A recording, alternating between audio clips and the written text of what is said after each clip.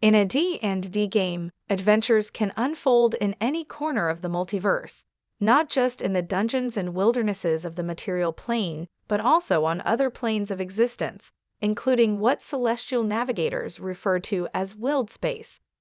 When you stand on a material plane world and look up at the night sky, what you're seeing is willed space, and beyond that, the Astral Sea. Exploring these realms and the worlds they surround is the crux of a Spelljimmer campaign. Terminology. The astral plane is, quite literally, the plane of stars. More precisely, it is where the stars and portals to the heavens reside, an infinitely vast celestial void that surrounds all the worlds of the material plane. Every D&D world, whether round, flat, or some other shape, exists in an airless void known as willed space. A world might be solitary, or it might have neighbors, one or more suns, worlds, moons, asteroids, comets, or other bodies. This neighborhood of celestial and planetary bodies is called a wild space system. In willed space, the material plane and the astral plane overlap. Creatures and objects in willed space age normally and are effectively on both of those planes at once. If you were to leave your homeworld and continue outward until you neared the edge of your wild space system, you would begin to see a faint silvery haze. By traveling into this haze, you pass from willed space into the Astral Sea, more colorfully known as the Silver Void. The deeper into the Astral Sea you travel, the thicker and brighter the haze becomes, but the stars that shine through it are always visible. Wild space and the Astral Sea together comprise the astral plane. The Astral Sea, like willed space, is a void. However, it is not an airless one. Here, you can breathe normally and exist indefinitely, never aging and never needing food or drink.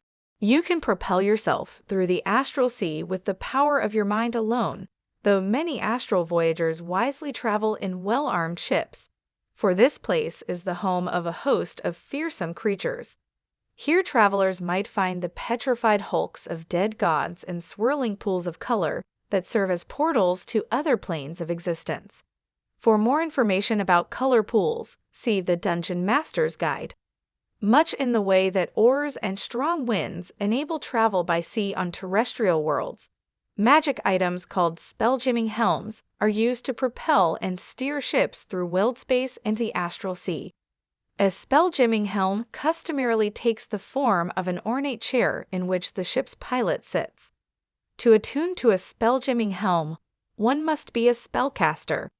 The pilot of a spelljimming ship is called a spelljimmer. Using this book, most of the Astral Adventurer's Guide is designed to be shared with players. Think of this book's chapters as a primer for creating characters and running adventures in the uncharted void that surrounds each of the worlds of the material plane. Chapter 1 contains new material for players, including 2 backgrounds and 6 race options. Chapter 2 gives players and DMs rules for spelljimming, as well as statistics and illustrations for various spelljimming vessels.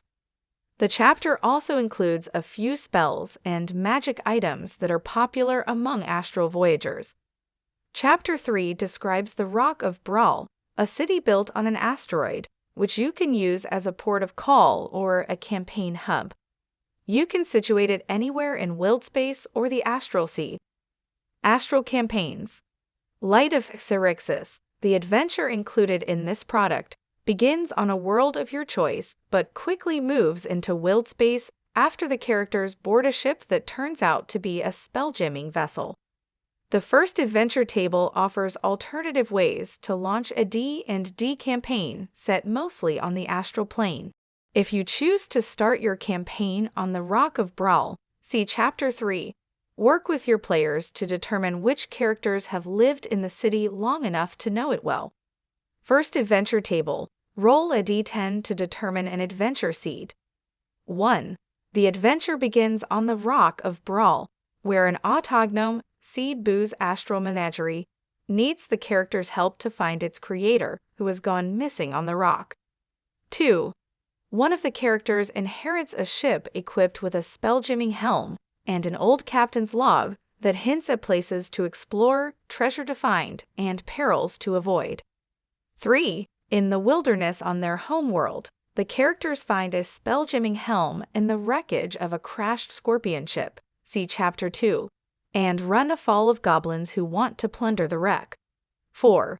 A wealthy patron gives the characters a ship and a spelljimming helm to call their own and expects them to accomplish a dangerous task in return. 5. A spelljimming ship lands on the outskirts of a village where the characters are staying. The ship's captain is looking for raw recruits to join a war in wild space.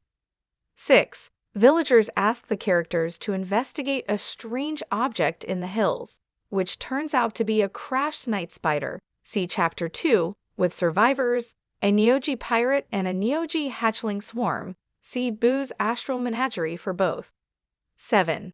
A Hadozi explorer, see Boo's Astral Menagerie, needs the character's help to slay a white Kindori, see Boo's Astral Menagerie, that keeps attacking her flying fish ship, see Chapter 2. The Hadozi can't tell whether the Kindori is mean-spirited or amorous. Perhaps it has mistaken the ship for a rival or a mate. 8.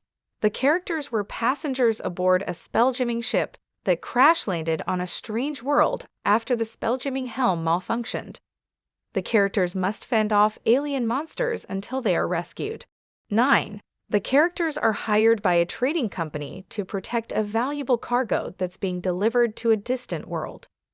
The characters become crew members aboard the squid ship, see Chapter 2, that is transporting the precious cargo. 10.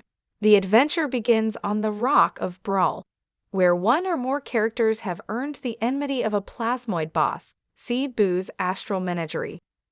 The heroes must either flee Brawl to save themselves or contend with the boss's underlings.